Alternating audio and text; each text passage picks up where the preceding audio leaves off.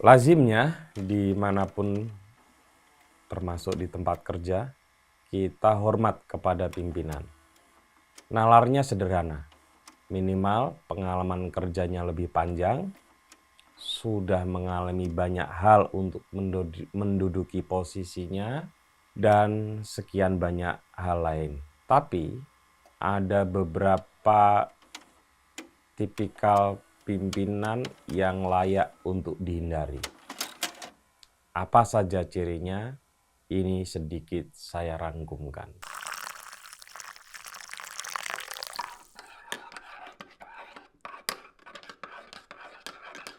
Yang pertama, tidak mau anak buahnya lebih maju dan pintar.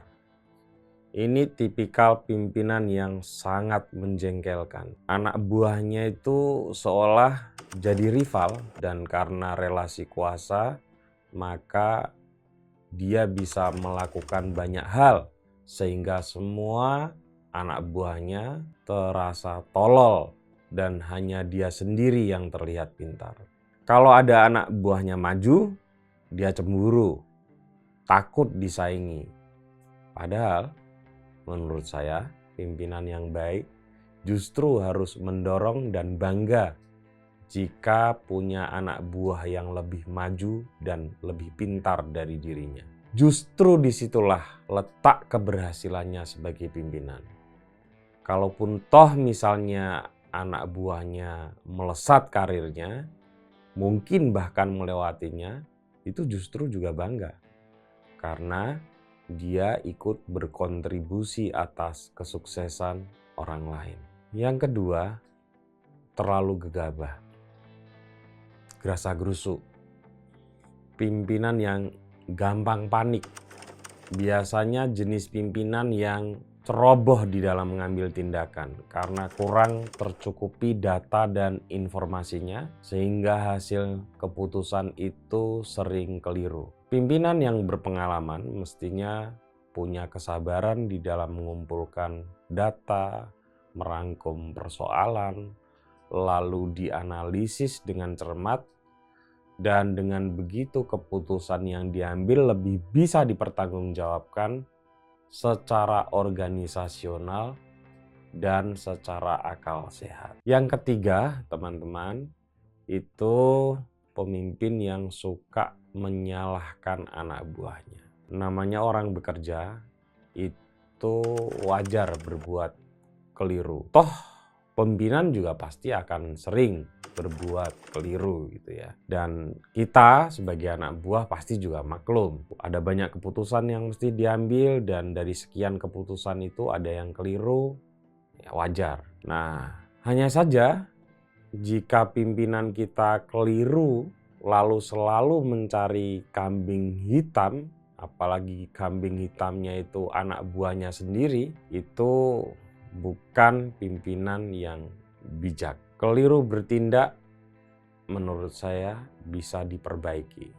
Sementara selalu menyalahkan orang lain membuat situasi sulit diperbaiki karena akar persoalannya menjadi tidak jelas. Yang keempat, ini juga sering terjadi, yaitu suka mengungkit persoalan lama. Biasanya nek koyo ngene pacaran ya, Lek? Iya, Kowe nek yang perempuan. oh yang perempuan, kowe ora? Enggak. Jadi nek kowe pas cekcok karo pacarmu iki sok pacarmu mengungkit kesalahan lamamu. Iya. Kemarin kamu. Gitu ya. Tapi kamu enggak ya? Iya. Cowoknya Cowok biasanya sabar gundulmu. Ya enggak, ini Alek kadang-kadang kacau. Pacarmu nonton iki lho. Pas sadar toh gue. Ya yes. Oke ya teman-teman, kita lanjutin ya. Sering mengungkit atau suka mengungkit persoalan lama. Setiap orang, ya mau dia karyawan, mau pimpinan, pasti pernah berbuat salah. Dan sering mungkin ya. Tapi kita layak untuk kecewa kalau misalnya kita berbuat kesalahannya sekarang, lalu diungkit persoalan setahun yang lalu, 2 tahun yang lalu, gitu. Atau sebulan yang lalu, 2 bulan yang lalu, tapi nek ketoke salahe sebulan 2 bulan ya keseringan ya Lex ya. Iya ra?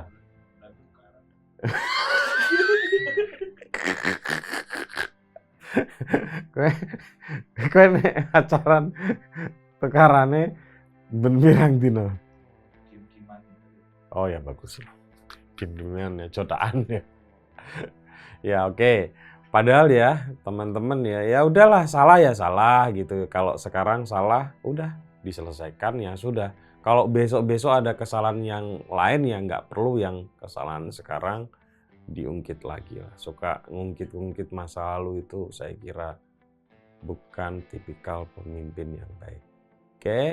Kemudian yang kelima, kalau marah lama. Pimpinan marah itu ya wajar. Namanya orang kecewa, biasalah kayak gitu. Tapi ya jangan lama-lama. Hal seperti itu kalau terjadi membuat kondisi lingkungan kerja itu tidak sehat ya. Ada kan pimpinan yang kalau marah mungkin bukan hanya sehari 2 hari selesai, tapi seminggu, 2 minggu, bahkan mungkin sebulan. Kita bisa membayangkan kalau kita ada di lingkungan kerja seperti itu, sangat tidak nyaman. Apalagi jika situasinya jadi tegang terus. Karena situasi tegang, bekerja jadi nggak fokus, dan yang lebih penting lagi, orang bekerja menjadi penuh kekhawatiran. Nah itu situasi kerja yang tidak menyenangkan. Yang keenam, itu ragu dalam membuat keputusan. Nah ini juga tidak menyenangkan. Mau memutuskan sesuatu itu, pertimbangannya itu terlalu jelimet, sehingga terkesan lambat, menunda untuk membuat keputusan. Jadi lambat dan menunda keputusan itu sendiri malah jadi masalah yang lain lagi. Pernah kan Anda mendengar idiom gitu ya, lebih baik membuat keputusan keliru daripada tidak membuat keputusan sama sekali. Kenapa? Keputusan yang keliru itu bisa jadi sarana evaluasi dan belajar. Tapi tidak membuat keputusan itu malah menambah masalah baru lagi. Sehingga makin sengkarut masalah yang ada. Makin susah itu diselesaikan. Dan yang terakhir, tidak mau mendengar masukan. Ya, ini kadang-kadang ada beberapa tipikal ya, tapi saya ambil 2 aja. Memang benar-benar orangnya nggak mendengar masukan, buat keputusan saja. Tidak ngajak ngobrol anak buahnya, tidak minta pertimbangan teman ke kolega kerjanya, ya keputusan diambil begitu saja.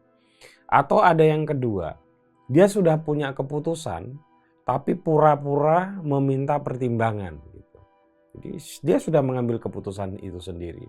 Jadi suara-suara itu hanya semacam formalitas untuk didengarkan. Nah, saya kira itu juga bukan sesuatu yang bijak. Karena pemimpin itu bukan orang yang harus tahu segalanya. Jadi kalau ada persoalan, misalnya kayak di Mojo ya, persoalan tim video gitu kan.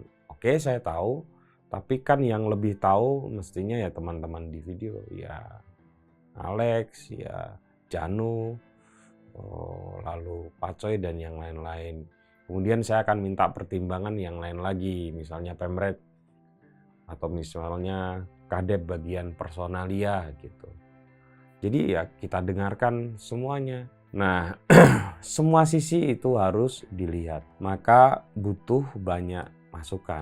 Jadi kesadaran itu untuk mau mendengar pendapat dari anak buah itu penting sekali. Pimpinan yang tidak mau mendengar masukan anak buahnya hanya bisa bekerja dengan pikirannya sendiri di kepalanya. Dan kalau itu yang terjadi, hasilnya berantakan. Akhirnya, semua orang jadi repot. Susahnya teman-teman, pimpinan yang menjengkelkan seringkali lama menjadi pimpinan kita. Nggak ganti-ganti gitu. Ya, menyebalkan mungkin ya. Sementara kalau mau keluar dari kerjaan belum tentu mudah ya, ada banyak pertimbangan dan yang lain.